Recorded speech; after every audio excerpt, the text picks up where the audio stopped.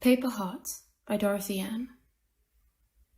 Harry stared down at the pink paper crane sitting in the center of an empty desk. Every edge was sharp and perfect, without a single wrinkle or a funny fold. He touched one wing, tipping it with the weight of his fingertip. It was beautiful, and delicate, and familiar. "Harry, you coming?" Ron shouted. Hermione called from further down the hall, her voice faint and fading. "We're going to be late for charms!" Harry hesitated, and then picked up the crane, folding it flat and slipping it into his textbook.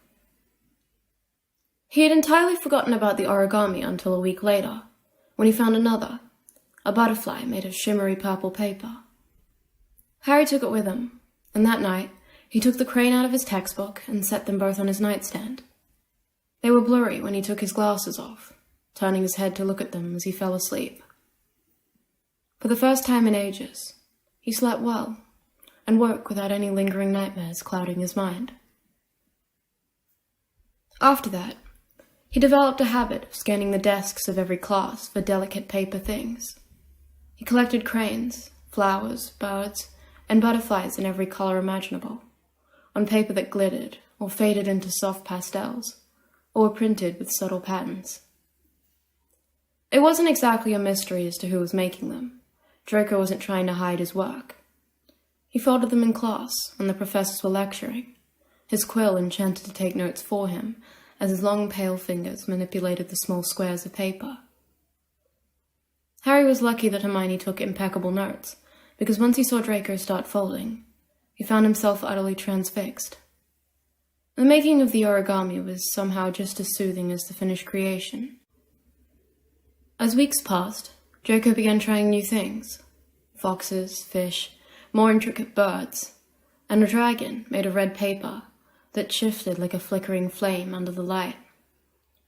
Harry's nightstand became so crowded that pieces were constantly at risk of tumbling to the ground, but he couldn't bring himself to get rid of even one.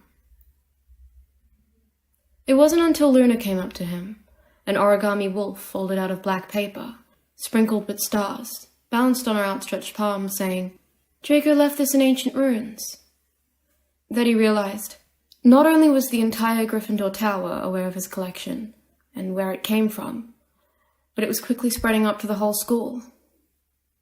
When other students, some he didn't recognize, came up to give him one of Draco's origami, he wanted to die of embarrassment, but he couldn't bring himself not to take it. "So," Ron said, with a sigh as Draco fished a paper elephant from his bag to add to his collection, "you fancy the Pratt?" Harry froze. What?" Ron gave him a look. "Come on, mate. This whole thing is a bit much for anything else." "I fancy him?" Harry repeated blankly. Ron shrugged. "I might be wrong, of course." Harry brushed his thumb along the folded little zigzag of the elephant's trunk, a flush creeping up his neck. "Well, think about it, I guess," Ron said, giving his shoulder a tight squeeze. "But you really need to do something about all that origami, mate." "What?" Harry said defensively. Ron sighed. "They don't fit on your nightstand anymore, and yesterday you nearly throttled Seamus because he stepped on one that fell on the ground." Harry frowned, furious all over again. "Well, he should have watched where he was going." "Mate, he leaves his shite all over the floor, and we don't step on his things," Harry said. "Because we kicked them out of the way," Ron said pointedly. "Well, that doesn't ruin them." Ron shook his head and fished a small spool of thread out of his bag, tossing it to Harry. Harry snatched it out of the air. "I asked Mum to send it," Ron said. "There's plenty of room in the canopy of your bed. We'll just hang them up, yeah?" Harry nodded gratefully. "Thanks, Ron." Draco pulled him aside a few days later. "What do you want?" Draco asked, his mouth pressed into a thin line. "Nothing?" Harry blurted, his heart beginning to race. I've heard... Draco frowned and took a deep breath, trying again. I've heard that you've been taking all my origami. Harry swallowed hard. I thought we were on good terms now, Potter. We talked, apologized. We are fine, aren't we? Draco said, fighting to keep his voice even. Yeah, of course, Harry said. Draco's frown deepened. What are you doing? Why are you... I just... like them. Harry floundered. You like them? Draco repeated. Harry nodded. Liar, Draco said. It's true. Draco shook his head. It's not... I can't believe you. I'll show you then, Harry said impulsively. Draco hesitated and narrowed his eyes. Fine. Harry's whole face felt hot enough to fry an egg, but he couldn't back down.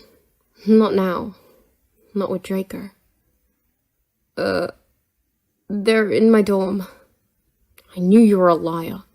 It's not an excuse, Harry said. I'm just saying I'll have to take you through the Gryffindor Tower to show you. Draco stared at him, wavering on the balls of his feet. Then he clenched his jaw. Show me. Harry had hardly made it up the first staircase when his confidence began to seep away. He took a deep breath and replaced it with sheer stubbornness, guiding Draco up to the tower and through the common room, past his staring dormmates, up to his room. His nightstand was still crowded with all his favorite animals, the dragon, the wolf, the more elaborate origami that Draco had made. Above his bed, hanging on strings charmed invisible, were flowers, butterflies, and cranes. They moved occasionally, charms cast by his over-enthusiastic, teasing roommates. A breeze rustled through the flowers. The birds and butterflies flapped their wings. Harry knew it must look ridiculous. He must look ridiculous. Draco just stared. Harry retrieved the red dragon, tracing the folds of the wings as he shifted his weight from foot to foot. I told you. The tops of Draco's cheeks were flushed pink. Draco? Draco blinked, turned on his heel, and stiffly walked out of the room. Harry breathed out all at once and collapsed into his bed. He set the paper dragon on his chest and pushed his glasses off, covering his eyes with his arm.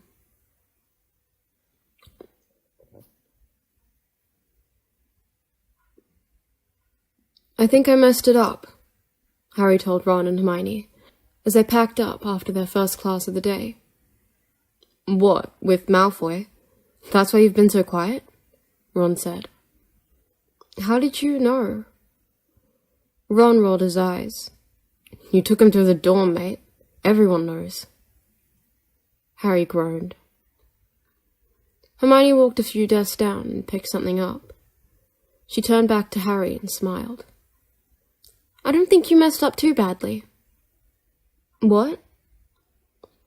Hermione waved him over and handed what seemed like a wad of paper, but as Harry looked closer, he realized it was a heart, folded out of shimmery white paper, about the size of a sickle. Harry curled his fingers around it, cupping it protectively in his palm. On the way to their next class, two students Harry didn't recognize gave him 2 more hearts, one pink, one silver. After transfiguration, he found a red heart sitting on a desk by the door. Luna intercepted him on the way to lunch. Do you have a heart too? Harry asked, his hands already too full.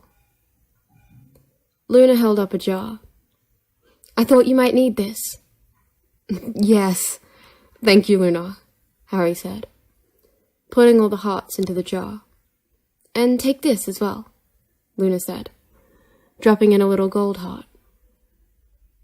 Harry stared at the little collection of paper hearts. Did Draco say anything? Luna smiled. To me? Yes. But you'll have to talk to him to find out what he wants to say to you. Harry nodded and went to lunch, setting his jar on the table where 3 more hearts were added. After care of magical creatures, students that he passed in the hall had hearts of all sorts of colours and patterns, putting them in his quickly filling jar as they walked past without a word, but with quite a few grins and muffled giggles. Harry didn't have to take out his map to find Draco. He just followed the line of students with hearts in their hands back to the library. Draco was sitting near the windows, a small stack of paper at his elbow as he methodically folded another heart. Harry pulled out the chair beside Draco, setting his jar on the table as he sat down. Hello. Draco bit his bottom lip, his cheeks flushing pink as he finished the heart in his hand. Potter? These are all from you? Harry asked, tapping the side of the jar. Who else would they be from? Draco asked. Harry flushed, nervously running his hand through his hair. They're, beautiful. Harry, Draco said quietly, placing the last red heart on top of the full jar. I've quite literally given you my heart. Harry swallowed hard. Kiss him! Ron's voice called. Harry spotted his friends watching a few tables away, the only students not pretending to be hard at work. Hermione elbowed Ron on the side, but he just grinned and shouted, Come on, Malfoy! Just kiss him! Those clever hands Harry so admired pulled him close, and soft lips pressed against his own. Harry's heart soared as he watched Draco's pale eyelashes tremble against his cheek before he pulled back. Now do you understand? Draco asked. Yeah, Harry said softly. Yeah, I do. And kissed him back.